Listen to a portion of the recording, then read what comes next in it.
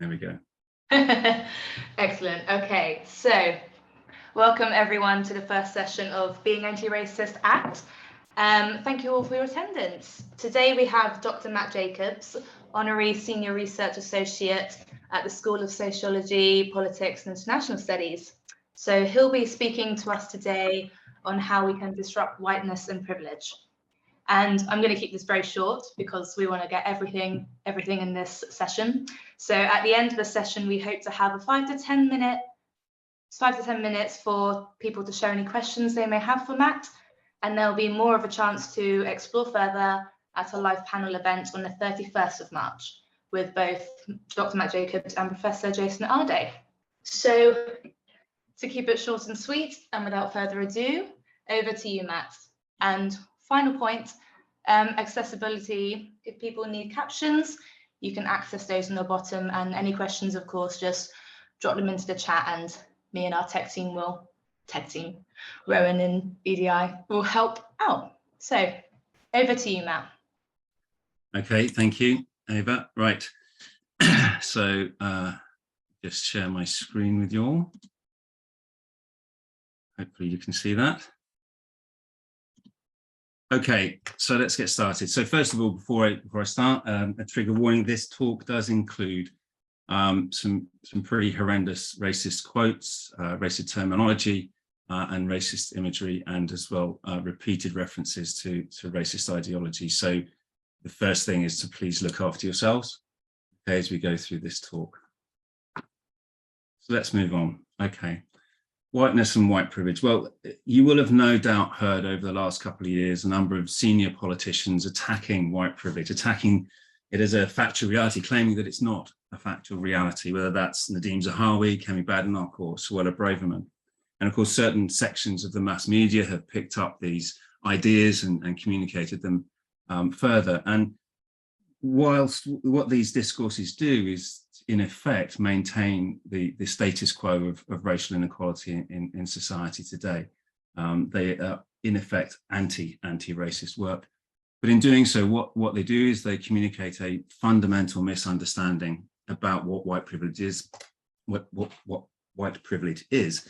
And today I want to address those misunderstandings. But who am I to address those misunderstandings? Who am I to talk about the reality of white privilege?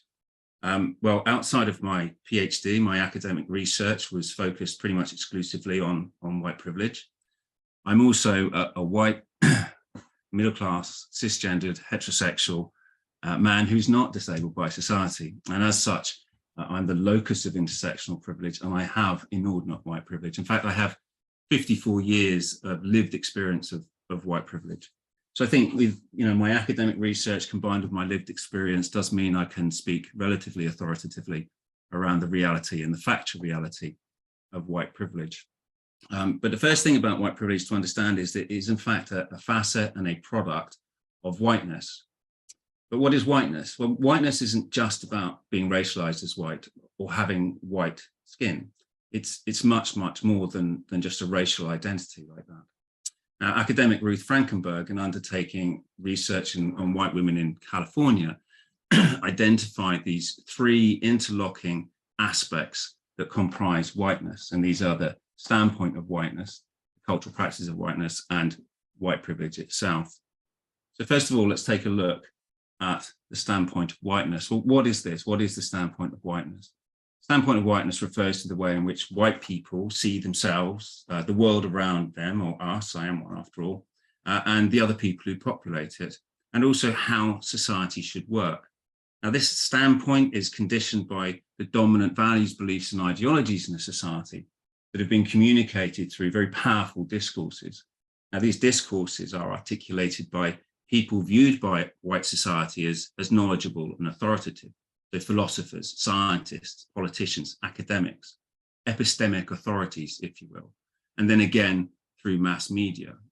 And what happens is these discourses communicate ways of organizing and conceptualizing the world in which some understandings are deemed to be true and others not true. And it is this establishment of what is deemed to be true and what is not true about people, their characteristics and their behaviors, etc., that conditions how white people see themselves, other people, and how society works. Now, crucially, what is deemed to be true by these discourses is determined by the ideologies of those epistemic authorities that articulate them, rather than by what is actually true or factual. Now, the more often these truths, these supposed truths, are repeated, the more deeply they become embedded into our psyche, into the unconsciousness of white people, and therefore into the standpoint of white people. And over the longer period of time they are repeated, again, the more deeply they become embedded and inform the standpoint of whiteness. But what is the history behind the standpoint of whiteness, and how is it developed? And equally, why is it important that we, white people in particular, know this history? Well, academic Joe Fagan said, the better we know our racial past, the better we know our racial present. But it's more than that, you see, because the better that we know both of those, the better we can disrupt whiteness and disrupt racism and be truly anti-racist. So I want to give a sense of the historical development of the standpoint of whiteness. I want to give you some examples of the philosophical, scientific, political, and cultural discourses that have conditioned the standpoint of whiteness over time. Okay, and as we go through these examples, just remember that it's the repetition over time of supposed truths that has conditioned the standpoint of whiteness that we have today.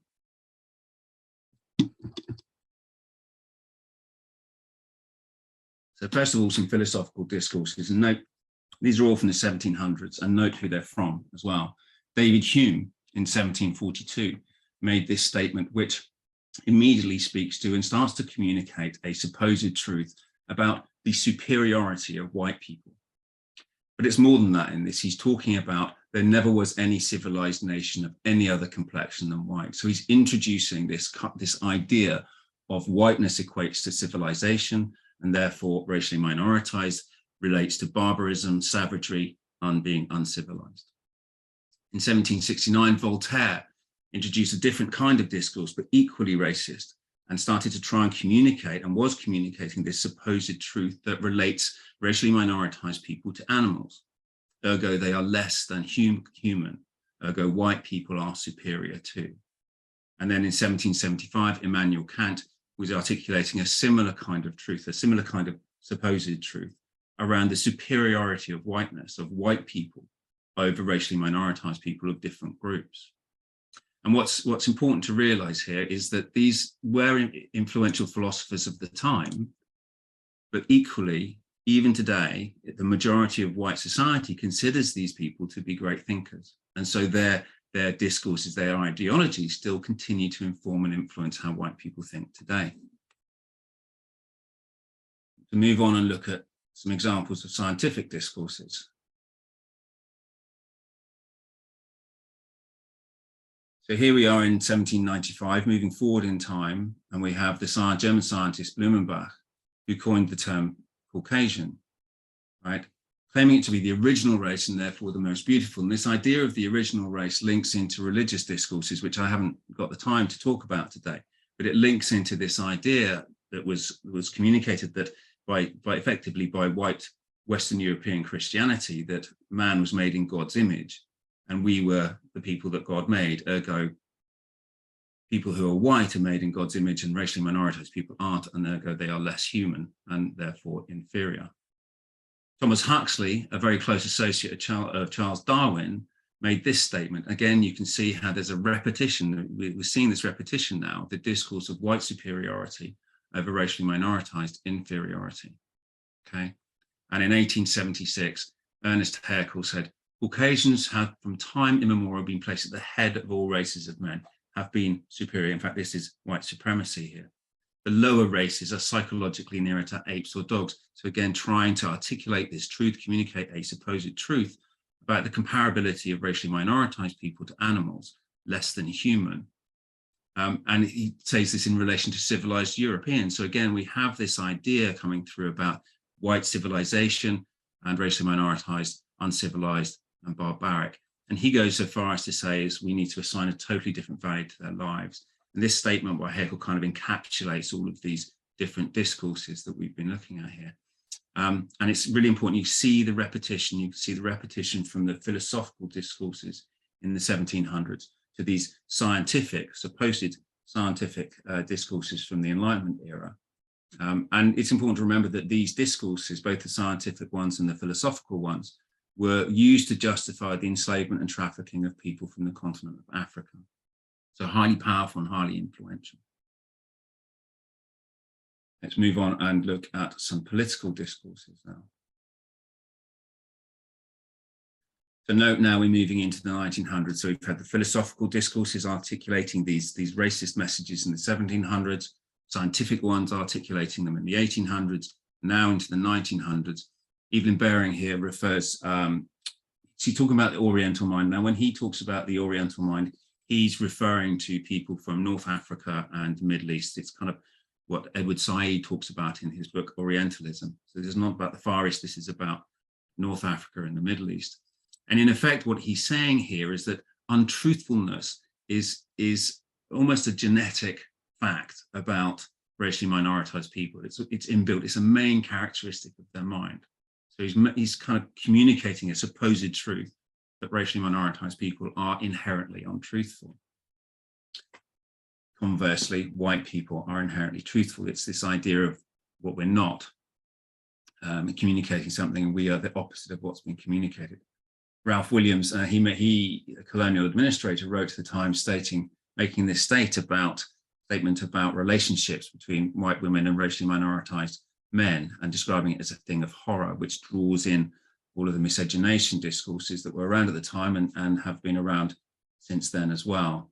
But again, this is about the idea of white purity being tainted, being marked, the white supremacy, the white superiority being reduced by the inferiority of racially minoritized people. And in 1939, Winston Churchill made this statement: Arabs are barbaric hordes, okay, who eat little but camel dung. And again, you've got this idea of barbarism, the converse of whiteness is civilization. Okay.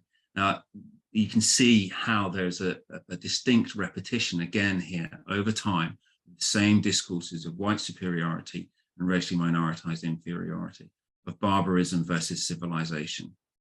Now, a lot of these discourses that we see here, and also the scientific ones before, were used again to justify British imperialism, the idea of bringing civilization to the barbaric and savage continents. Excuse me. But you can see that from this last quote that these discourses, the articulation of these discourses by influential people didn't stop after the collapse of the British Empire at the end of World War II. And so here you've got John Selwyn Gummer in '66, and he is making a statement here that almost completely and word for word re-articulates previous ones, where he's talking about, in this case, Sikhs intellectually and educationally ill-equipped to deal with the complexities of modern civilization. So here again, you've got the idea that racially minoritized people are inherently unintelligent, but also barbaric, because they cannot deal with the complexities of modern civilization. And this idea of modern civilization is a proxy for white civilization. And indeed, these discourses continue right up until today. Everybody's aware, I'm sure, of Enoch Powell's Rivers of Blood speech in 1968. Margaret Thatcher, 10 years later, was talking in this context with this quote about immigration from Bangladesh, where people were fleeing the civil war. And here she's making reference to us, the people, being scared, white people being afraid, which kind of introduces images again of barbarism, of threat, of being swamped by people of a different culture. Moving up to 2001, and we have this horrendous statement by John Townsend. Immigrants are undermining the purity of Britain's homogenous Anglo-Saxon society. Just think about that. Purity of homogenous Anglo-Saxon society, pure whiteness, the purity of white people and the purity of whiteness, and then causing a rising crime rates across the UK. So again, introducing this idea of barbarism, of criminality, of threat, of risk in 2001. In 2012, Boris Johnson was professing or claiming or stating that the best fate for Africa would be a reintroduction of colonialism. Best fate for Africa would be a reintroduction of colonialism. in effect, he's then saying that the African people, black people in Africa, are incapable of self-rule, incapable of self-development, incapable of utilizing the resources in all the countries across that continent without the great white savior to come in and help them to do that. So again, this is white superiority, this is racially minoritized inferiority. And finally, in 2014, it might well have been 1914, Nigel Farage is re-articulating exactly what Enoch Powell said, saying that what he had said in that speech is true for much of England today. I also want to have a look at some of the visual aspects of popular culture and how they too, over time, have repeated and reinforced some of these same messages that have informed the standpoint of whiteness, have conditioned how white people see themselves and how we see racially minoritized people. So I'll take you through a few examples. So this is an advert for soap, clearly, from some time ago. I don't have the exact date of this one. And the messages in this are abundantly clear. You have the black child who's been washed with the soap and has been turned white. You've got messages that blackness equates to being unhygienic or being uncivilized, etc. And the expression of delight that has been imposed onto the child's face, suggesting that, of course, even black people would be happy to be turned white, want to be white. And there's another element in here which relates to those 5 boys in the background who are looking through the window with anticipation of also being turned white. But they are outside of the building. They are out in the wild. They are representative of this idea of savagery and barbarism, whereas this becoming white is happening on the inside. Is representative again of this idea of whiteness and civilization and the differentials between the two. Coming forward in time now, this is another horrendous advert from Nivea. Re-civilize yourself, look like you give a damn. And you can see here that there's a black man that has been dressed in what is ostensibly white Western clothing with short hair, who's been posed in this position of seemingly to discard, to throw away the decapitated head of a black man with long hair and a beard. The impression being that a black man with long hair and a beard is barbaric, is savage, and that to be civilized, for a black man to be civilized, you've got to be as white as you possibly can be and cut the head off this representation of blackness and discard it. And it is only by doing that that you can look like you can give a damn. So you can see in here again, another repetition of this idea of white superiority and black and racially minoritized inferiority. In this advert, and there is a theme here with the skincare products, quite a strong theme with skincare products. This is an advert from Vaseline targeting South Asian men. And what you would get with this product is that it would be an app that will lighten your skin tone for your Facebook profile page or whatever you use it for. And I just want to be clear that this isn't an app to address problems with contrast or lighting or exposure. This is an app specifically designed to lighten skin tone. Right, so again, communicating this idea of white superiority and darker skin tone is inferior. You may be aware of this one. You may have seen this one from H&M with a young black child wearing a sweat top, a hoodie with the coolest monkey in the jungle written across the front. Probably don't really need to say much about what that is trying to communicate and what truth that is trying to articulate in the reference it's drawing upon. Now, some of these adverts, in fact, most of these adverts were ultimately pulled after complaints were made. But the thing to remember is that A, people thought this was okay to create these kinds of products and create these kinds of adverts. And B, with complaints, you have adverts that have been seen by thousands and thousands and thousands of people, and the complaints number in at most a few hundred. So again, it's not a significant proportion of complaints, which perhaps speaks to some of the degree to which these messages are embedded as truths into the subconscious and unconscious of white people. Even children's visual culture is not exempt. This is a page from a Smurf magazine. You can see the black Smurf in the background who is angry, aggressive, violent, and the other blue Smurfs, and in this context, blue is a proxy for white, are running away. You can't quite see the bubbles down the right-hand side, but what they do say is he'll bite us and we'll turn black, smurf for it or run for it, introducing this idea of the abject horror for white people to have any kind of blackness associated with them, but really playing on this idea and communicating this idea of the violent, aggressive black man directly to children. This is a part of a fundraising campaign for a charity in Britain, and this is so many different problematic messages in this. We start the woman dressed in Western civilized clothes is sitting on the chair. Child, you can't see the child's clothes, but they are torn and ragged, is sitting on the floor. So you have an immediate positioning of not just a power dynamic, but also superiority and inferiority, and also civilized with the clothes and uncivilized or barbaric with the clothes that the child's wearing.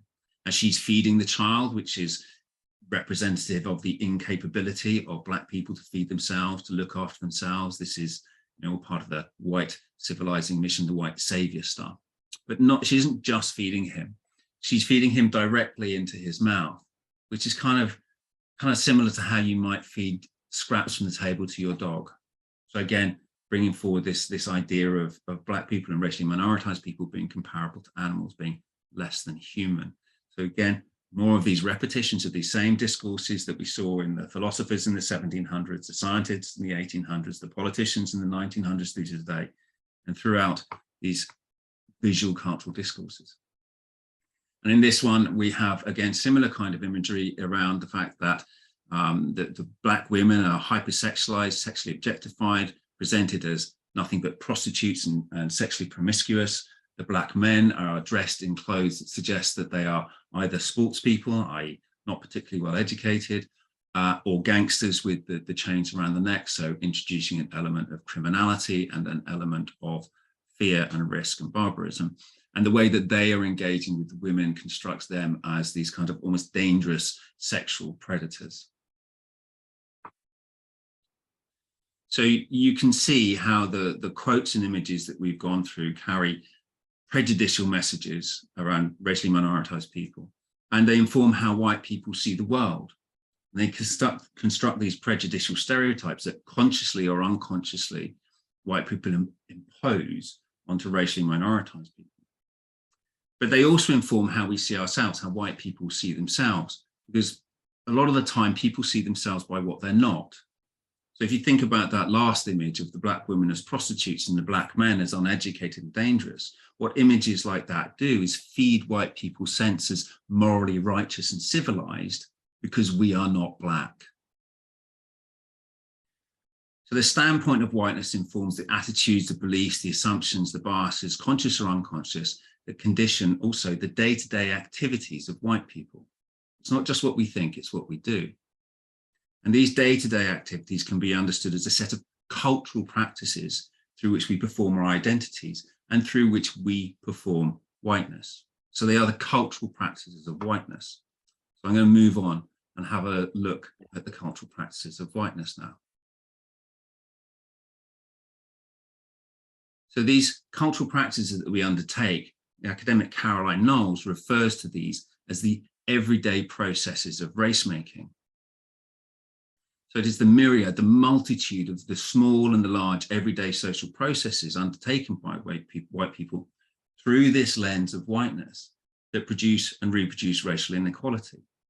They are everyday choices and activities that bring into being the discourses of superiority and inferiority articulated by those epistemic authorities in the construction of the standpoint of whiteness. They are, whether conscious or unconscious, everyday activities that bring to life and maintain a society that benefits white people and disadvantages racially minoritized people.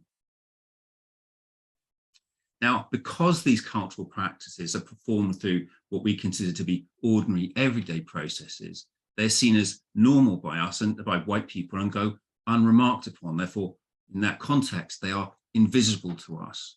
They've been visible to racially minoritized people for centuries, but because we've constructed them as the normal cultural practices of society, they are not seen as cultural practices that arise from and are conditioned by whiteness.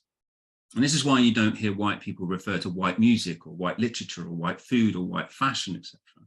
But you will hear us talk about black music or black literature or ethnic food, ethnic clothes, etc., etc. So when we talk about literature, fashion, etc., without that racial prefix, white people are talking about the white version of those cultural practices.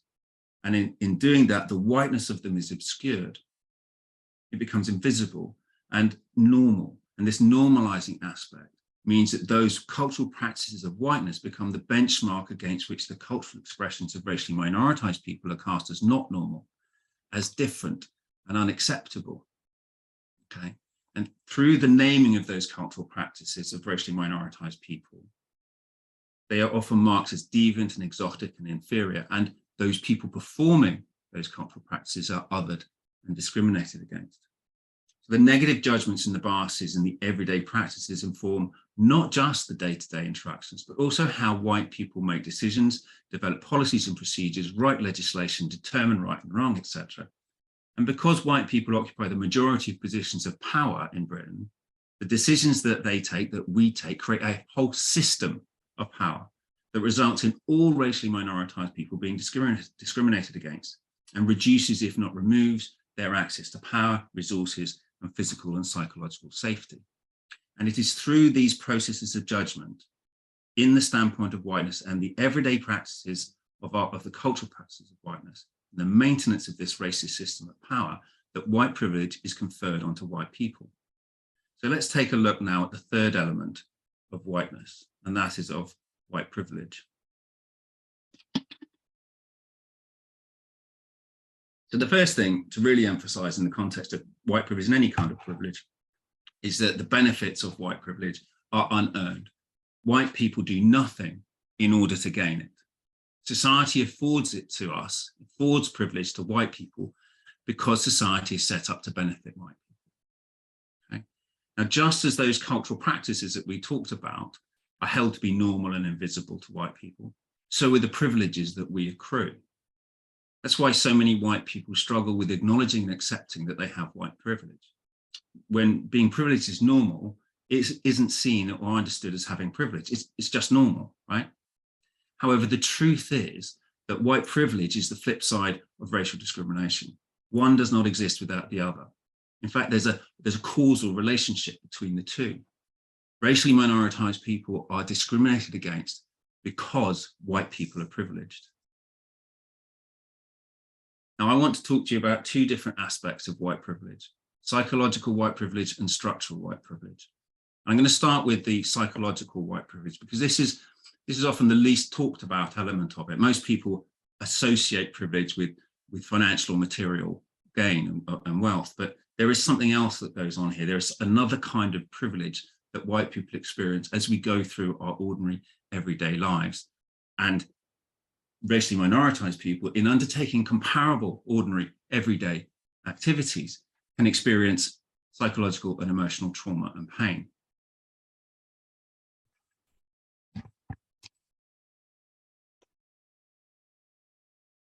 So going to the chemist to buy plasters is a normal everyday activity. Don't think twice about it. And to buy plasters that are the color of my skin, we don't have to think about it. We don't think about it as a privilege, but it is a privilege. It is a privilege. And I want to dig a little bit deeper into this, okay? Because what we have here is a society that's set up that forces racially minoritized people to buy plasters that are the skin color of another group in society. But it's not just that they are the skin color of another group in society. They are the color of the skin of the group in society that for hundreds of years have oppressed, enslaved, tortured, murdered, and discriminated against people who look like them. I can't even begin to comprehend what it might be like to put something the color of the skin of my oppressor on my child's arm when they've cut themselves. The fact that I don't have to think about buying plasters that are my skin color is a privilege. The fact that I don't have to endure that is beyond a privilege. But buying plasters is a normal everyday activity, right? Similarly, buying a birthday card for my daughters. It's dead easy, right? I can go into any number of card shop and find an array of cards that have images that represent or reflect my children. Racially minoritized people can't do that so easily. And this, again, is a little bit deeper than just about whether you can buy a birthday card or not. You know, I walk into a card shop and my children are represented as being everywhere. To not see that must be like the fact that your child is not represented, your child does not exist. But I don't have to deal with that. That other white people don't have to deal with that is a privilege. It's a psychological privilege born of whiteness. Oops.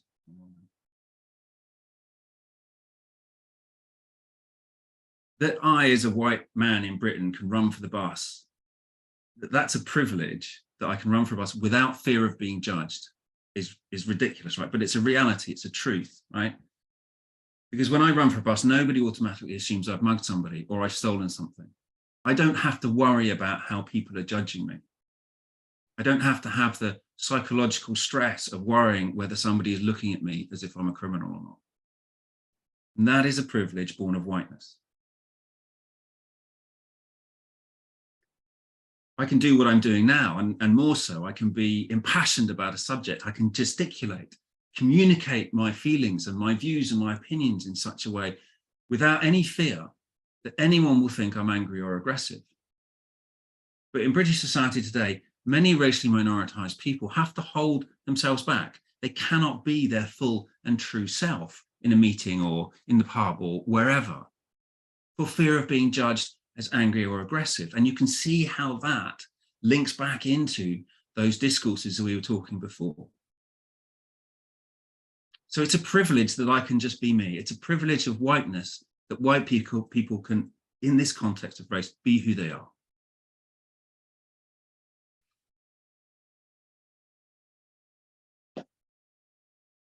I probably really don't need to say much about this because it's so evident, self-evident, but it is a privilege born of whiteness. And it is a privilege born out of the fact that there is this understanding, this truth that to be English, you're white.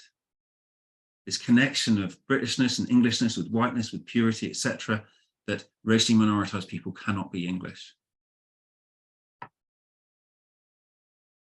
And this one has been in the news quite a lot recently, right? I don't have to experience anyone saying to me, now, where are you really from? Now, that white people can undertake these normal everyday activities without pain or without fear of negative judgment is a privilege that we have. It's a privilege that we accrue because society is set up to benefit us, to privilege us, and to disadvantage racially minoritized people.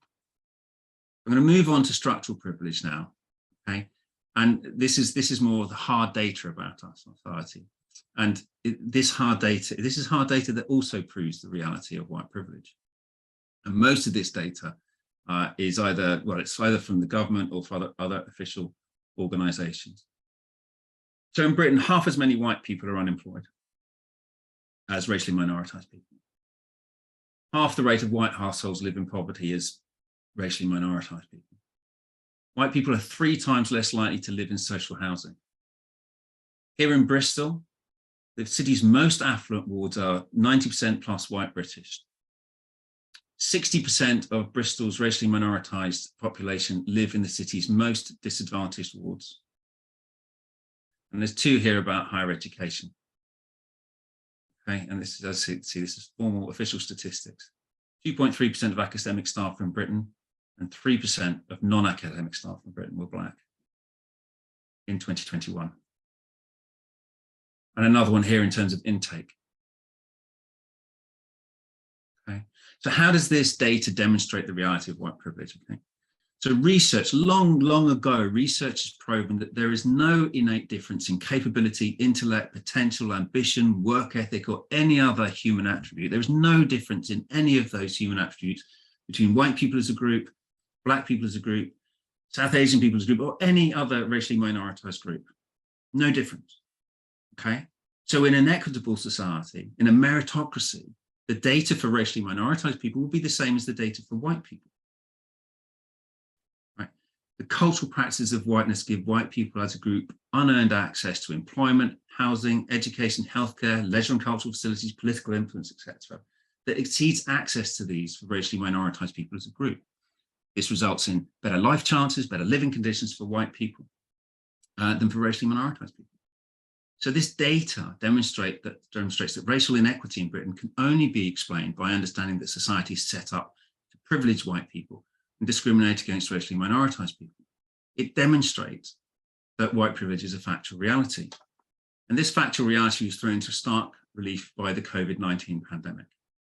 The British Medical Journal published this statement in 2021, that racial discrimination in the social determinants of health, so housing, education, employment, etc., being the social determinants of health, the main key reason behind disproportionate hospitalization and death from COVID-19 seen amongst racially minoritized communities. Or in other words, white privilege in the social determinants of health is a key reason behind the disproportionate hospitalization and death from COVID-19 seen amongst racially minoritized communities in Britain. So white privilege is a factual reality, and it's been killing people. Now, one final note on data. It's really important that we look at data disparities in relation to white privilege, rather than just focusing exclusively on how it represents the disadvantage experienced by racially minoritized people. Okay? So we need to look at how white people benefit, how white people are privileged. Because if we don't do that, then the privilege we experience that the data reveals remains unexamined, and it retains its position as normal and invisible. So to recap, the discourses of racial inferiority and superiority have conditioned a conscious and unconscious standpoint of whiteness. This standpoint of whiteness then informs the beliefs, attitudes, perspectives, decisions, and actions of white people, everyday actions. And these cultural practices that white people form, the cultural practices of whiteness in our normal everyday behaviors, we perform them in our normal everyday behaviors in both social and professional contexts. And both the standpoint and cultural practices of whiteness establish a society that is set up to benefit white people, through which we accrue psychological and structural privilege. And these together create a system of power that results in all Black and racially minoritized people in Britain experiencing racism, even if they never meet a white person. So to be anti-racist, we must disrupt whiteness. And as the bearers of whiteness, white people have a moral and ethical responsibility to do this work. So how do we do this work?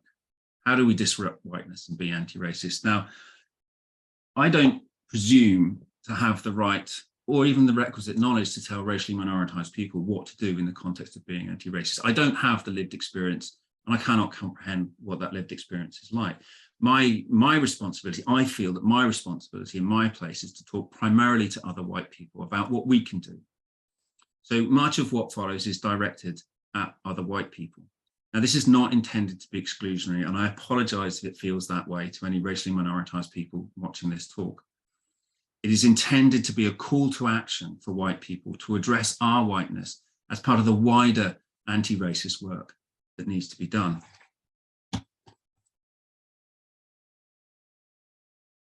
So first off, and a lot of the other elements feed into this, first off, I want to talk about developing a critical consciousness. This critical consciousness comes from the work of Paulo Freire and his Pedagogy of the Oppressed. I think what's important to understand is that we can also develop a pedagogy for the privileged who wish to be anti-oppressive. Okay, so we need to develop a critical consciousness which refers to the idea having an awareness of our social position in relation to the systems of power, and an awareness of how and why we are privileged. And it requires us to challenge that, with that awareness, challenge our standpoint, challenge our perspectives, right? Actively debate and argue with ourselves around our own assumptions, and critically question the way society privileges us. Now, to do this, we need information, right? So educate yourselves. Do all the training that the uni offers you. Read the books, the movies, the TV shows, the podcasts, etc. I believe there's a resource list on the uni SharePoint that you can access. Listen to your racially minoritized colleagues. Don't ask them to educate you, or don't ask them to talk with you about these issues. You mustn't ask them to take on the emotional labor for you. It's not their job. But when your racially minoritized colleagues do talk, give them space and just listen. Okay? And when you educate yourself, think critically about the ways you see the world and the ways in which you perform whiteness. Okay? And then apply this critical thinking to the wider systems in society. But crucial to developing critical consciousness is practice, is moving from developing an awareness and understanding into taking action. And quite often, both the development of this awareness and the taking of action works better, or is easier, if you will, in groups. So seek out groups that do anti-racist work, or develop critical consciousness groups in which you can really critically examine both yourselves, the systems and structures in society, and begin to develop ways to move forward to be anti-racist. As a white anti-racist, be visible and be heard, okay? Now, there are some, racism is not based on any solid rationale. It's not based on any of the justifications or explanations of racism are always based on this flawed logic. So if you hear any racism or witness anything that can be attributed to whiteness, then utilize what I refer to as gentle critical questioning. Ask questions like, why do you think that? What do you think the reason is? How would it be if? Okay, because when you ask those questions, it forces people to interrogate their own assumptions, and it can expose the flawed logic of those assumptions to them, which then opens up a space for you to be able to talk with them as well. And it is ultimately more effective than challenging people in an aggressive way and calling people out as racist, because people just get defensive and they won't listen and they won't engage and they won't communicate. Now, I use this approach in my PhD research. I won't go into it now, I haven't got time, but it was highly effective in getting the respondents to begin to think differently about their positions on race. Be active as an anti-racist. Now, go out of your way to make conscious anti-racist decisions in your day-to-day lives. For example, actively seek out shops and businesses owned by racially minoritized people and give them your trade. Buy the books on the reading list from bookstores owned by racially minoritized people rather than from Amazon. And you can quite easily find these bookshops through a quick Google search, and they do mail order. But more than that, when you're thinking outside of yourself, you're thinking systemically. Talk to your procurement department and lobby for them to adopt a policy that proactively seeks to buy from businesses owned and run by racially minoritized people. Use your white privilege to open up spaces for anti-racist work. Use the power that you have to open up these spaces, and then step back. Step back so that racially minoritized people have the choice whether to lead in that space or not. Equally, don't use your white privilege. Submit to the leadership of racially minoritized people, and not just in anti-racist work, but in all aspects of life. Right? Racism and whiteness pervade all areas of our life. And so to redress the balance, we white people, we have to step back. Making whiteness visible is fundamental to what we need to do. Okay, you saw from everything that I've been talking about the normativity of it, the invisibility of it.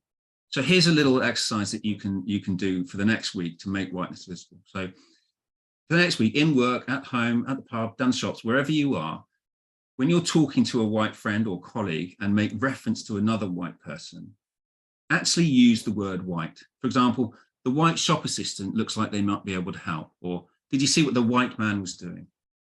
And this will have the effect of upsetting the normal and invisible aspect of whiteness, and is likely to generate a discussion with the people you are with, in which you can use your learning about whiteness to begin to educate them and get them to challenge their own standpoint. Get data, okay, know what's going on, know the data, the demographic makeup of your team, your department, the management structure, etc. And if it seems unbalanced and exclusionary, question it, challenge it. You know, get to know the demographic makeup of Bristol so that you understand what a representative workforce would look like. But don't just settle for representative. Okay? A diverse and representative workforce is essential, but being diverse and representative does not make it inclusive or equitable. Lobby for psychological safety, right? This will work towards creating a much more equitable and inclusive society. Okay? Ask whether the uni measures and understands the nature of its staff's psychological safety. If it doesn't, then demand that it starts to. Psychological safety is important for everyone, but it's crucial in creating inclusive workplaces for racially minoritized people, for everyone. Measures of psychological safety, if you don't know, show the degree to which people feel they can be their full, unedited self at work, how safe they feel in expressing differing opinions, differing ideas, how safe they feel in challenging more senior staff, and how safe they feel in raising issues of discrimination. Ask for more. Talk to your managers, your HR department, the EDI team about more training initiatives, because you can never get enough. So critical consciousness training, critical consciousness discussion groups, inclusive leadership coaching, training, bystander training, unconscious bias training. Ask for it all. And if the uni tells you that it doesn't have the budget, then question their sincerity about being a truly civic university that's committed to equity in all aspects of its work. But note, though, that for any training or initiative to be effective, it has to be sustained. Okay? The standpoint and cultural practices of whiteness have been hundreds of years in the making and the embedding. So its unconscious mental models are deeply ingrained. And as such, an online module or a half-day workshop once a year on unconscious bias or something is highly unlikely to bring about significant changes. In all of this, in all of your work as being anti-racist, being white anti-racist, be mindful. Because whilst we white people have a responsibility to be actively anti-racist, we have to remain conscious of our role in the work. Be careful that your white privilege does not result in you taking up space that racially minoritized people should be leading in. Be aware that the standpoint of whiteness and the legacy of the colonial civilizing mission can lead to patronizing benevolence, in which our anti-racist work becomes a mechanism through which racially minoritized people are further marginalized and further discriminated against. And this links into the white savior complex, in which we assume that racially minoritized people need us to save them. They don't. So if you're white, and if you're watching this and you're white, there is a key factor to be aware of in the work that you do. It is only by taking responsibility for the whiteness in its structural, systemic, and cultural forms, in our embodiment and performance of it in our everyday lives, that we can disrupt it and be truly anti-racist. See, white people can only be racist or anti-racist.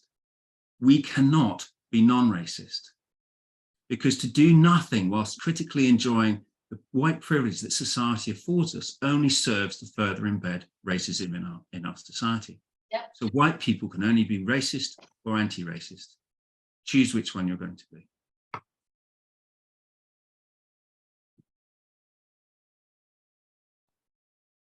Thank you, Matt. That was excellent. That was so thought-provoking, and particularly that final bit on key takeaways that people can take to in the workplace and how to be actively anti-racist. So I know I've learned so much, and I really hope lots of people do. And this is the chance to post any questions that people may have for Matt. We have 10 minutes and we have a great mind here to explore. And also just to say, Matt mentioned we have our SharePoint sites, which has lots of available resources. Resources you can read, podcasts, films, books around this topic, and you can always reach out to the team. I see Joe Pitts has his hand up. Hi, yeah, thanks for that. It was really, really thought-provoking. I just had a question about, like, in this situation where, you know, we're in the pub or in the coffee room, whatever, talking to friends, maybe friends that have like different politics or something to us. Obviously really important to like talk about the concept of white privilege and stuff like that, but whether, like, what do you feel about whether we should use like the terms like white privilege? Is that just gonna like put people off, you know, they don't want to hear it because they're already like predisposed to be opposed to that because of the culture wars or whatever, or is it important to use the terms to kind of make people actually understand what the term means rather than just having a knee-jerk reaction? Yeah, I mean, I think you have to gauge your engagements by the people that you're engaging with and what you know of them. And I think, you know, if you're aware that just by using the term white privilege, they're going to shut down and not engage, then don't use it. At least don't use it in the first instance. I think, you know, you can talk to them about these issues without using the term. And when you get them to a point of recognizing and acknowledging, for example, their position in relation to the sort of systems of power in society, then you can begin to introduce ideas around white benefit and then move on to white privilege. I personally think the term white privilege is important and useful to use because I think it's impactful. But you know, your observation is well made that can often cause people to shut down. So I think you have to gauge your audience in that sense. And in some ways, it links back into what I was saying about that kind of gentle, critical questioning approach, because that is really effective. And so, sometimes it might be better to start, depending on what's kind of instigated the conversation, but to start with asking them questions to get them to kind of try and critically inquire into their own assumptions and move that forward then perhaps to talking more so specifically about privilege. Cool, yeah, that makes sense. Thank you.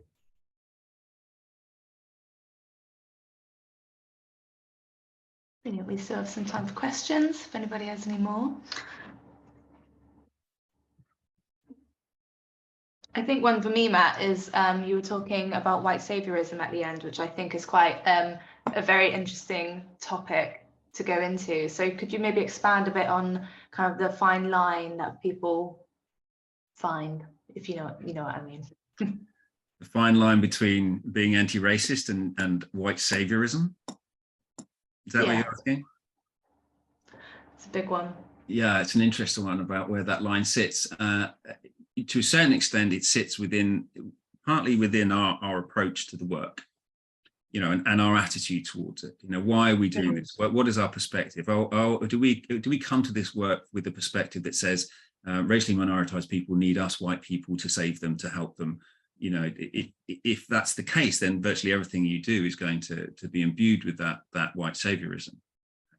But in some ways, the more subtle and the more nuanced aspects of this is around understanding what work is that racially minoritized people want us to do in different contexts and different situations, because it's not going to be consistently the same in every different situation. So to a certain extent, it's about asking in the first instance and finding out from racially minoritized people in those different contexts what it is that's acceptable for us to do. Mm-hmm. We can't take a blanket approach to this. And this is partly why, I talk about stepping back and submitting to the leadership of racially minoritized people in the work around anti-racism, because then that's much easier for us to be able to gauge. The white saviorism stuff, though, is much more, it's an attitude that links back as to some of those discourses around colonialism and imperialism and the civilizing mission and the incapability of Black and racially minoritized people to do things to themselves. So if there's any aspect of that in your approach to anti-racism, then that's what you've got. And I think it's important to understand that some of that is an unconscious approach. There are people that I know that feel like they're being genuinely anti-racist, that think they're doing good stuff, but actually what they're doing is enacting, embodying this white saviorism because they've unconsciously adopted these approaches. It says, well, I have to do this for those poor little brown people over there, kind of attitude. Yeah, great, thank you. We have a nice question from Mia. So I think this will be our final one. Hi, really fascinating, Matt. How likely do you think it will be for the university to become fully anti-racist? I'm from library services, just thinking about how there's a picture of Churchill hanging in the Queen's library after the racist quote from the beginning of the presentation, and also the Queen, obviously, the royal family being probably the main upholders of colonialism. Yeah. How likely do I think it is that the university will become truly anti-racist? I'm not sure I can speak to likelihood. I think if it's going to happen, it's going to take an awful lot of work, and it's going to take quite some time. Mm-hmm. I think, the observations about, portraits, and we have the names of buildings, we have statues, there are other things that are reminiscent and reflective of colonialism, of imperialism, of the benefit that white people have gained of the enslavement of people, of racially minoritized people across the world. And it's not just at an institutional level in that sense. So I know from other work that I've been doing that, there are members of staff at all levels who are resistant to these ideas of renaming buildings, as an example. So I think, if you're asking me from a sort of institutional perspective, I think it's going to take a real kind of major change at the most senior level to really put some weight behind this work. And that weight means resources. And it's kind of my point about, asking for more training. And if the university says we haven't got the budget, well, you have to question them, because this work takes time and it takes money, and it's not something that can ever be genuinely and sincerely achieved by ticking boxes. Thank you. I think, this will be the final question. Oh, Robert has his hand up. Sorry if I pronounced your last name wrong, but here you go. Hey, it's not a question, more of a statement. It's just having watched Matt present so passionately for so long, I'm sure if we'd been in a lecture theatre together, you know, when he finished speaking, there would have been an enormous round of applause. I'm in an open plan office. It would be weird to do that now, but can I just say, you know, that there was that gap, and I'm sure that would have happened if we'd been all in person. So yeah, whichever way we want to do it. Thank you very much, Matt. Thank you, Robert. Brilliant. Thank you, Robert. I think I will type the session there. If people have more questions, I will be sending through a form for people to share their questions for the live panel session at the 31st of March, as well as the SharePoint resources and a feedback form. But just a huge thank you to Matt, and thank you for everyone who attended. I know I've learned so much throughout the session, and I'm really excited for our next session with Jason Arze on the 21st of February as well.